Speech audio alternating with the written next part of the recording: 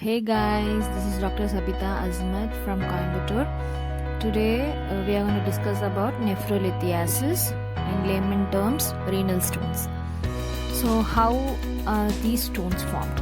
So see, kidney stones are hard deposits of minerals and acid salts that stick together in concentrated urine. So they can be painful when passing through the urinary tract, but usually don't cause permanent damage. So if we see what are the risk factors for renal stones, it is obesity or genetic with a family history, or diet and dehydration, that is not enough liquids.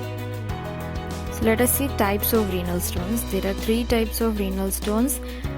One which is very common, calcium renal stones. The other one is struvite, and third one is uric acid stone, and a rare type of kidney stone is cystine stones. So here if we see calcium stones, there are two types of calcium stones, calcium oxalate and calcium phosphate. The formation of this type of stones is due to diet. And the second type is struvite stones. This is mostly seen after a urinary tract infection. The third type is uric acid stones, which is formed after loss of fluid like diarrhea or diabetes mellitus. And cystine stones are formed in patients who excrete too much specific amino acid called cysteine, and the condition is called as cystinuria. Symptoms of renal stones: fever, abdominal pain, nausea and vomiting, dizziness, blood in the urine, backache, especially starts in the flank region and moves down to the groin region. Also with dysuria, an abnormal color of urine.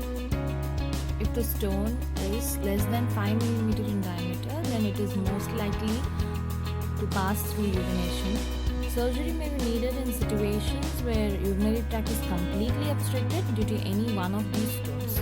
Relationship of stone location to symptoms: if the stone is located at kidney, the symptoms experienced are vague flank pain with hematuria, that is blood in urine. If it is at proximal ureter, the patient experiences renal colic with flank pain and upper abdominal pain.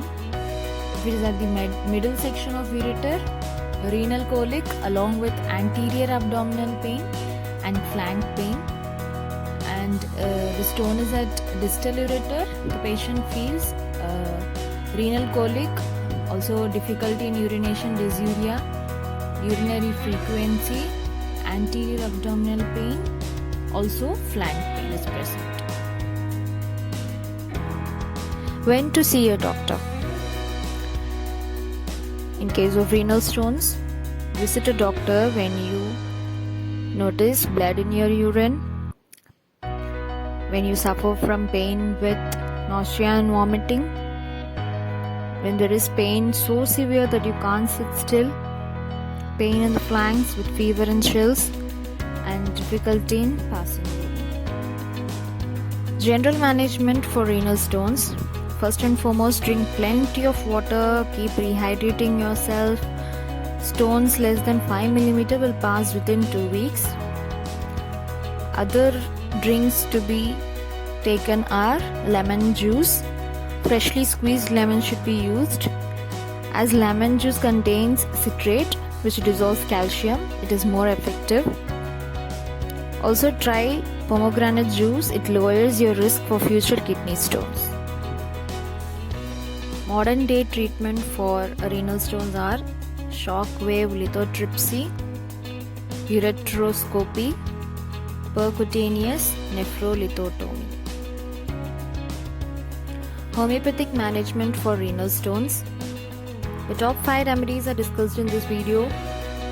First one is sarsaparilla. It is indicated in patients with passage of small calculi with bloody urine which deposits white sand, also stone in bladder. Nux vomica is indicated in patients with ureter stone with spasmodic clutching pain. Cantharis is indicated where there is constant and intolerable urging to urinate with burning before, during and after urination, and urine is passed drop by drop with intolerable cutting pain. A good remedy, Berberis vulgaris, with a side indication is left side pain with cutting pain from bladder into urethra, also pain from left flank along the ureter with hematuria. Other remedies which work wonderfully in case of renal stones are lycopodium, benzoic acid, colocynth, apis, thuja. Also correlate these symptoms with mental and physical generals to obtain better results. Thank you guys. We'll meet you with another video very soon.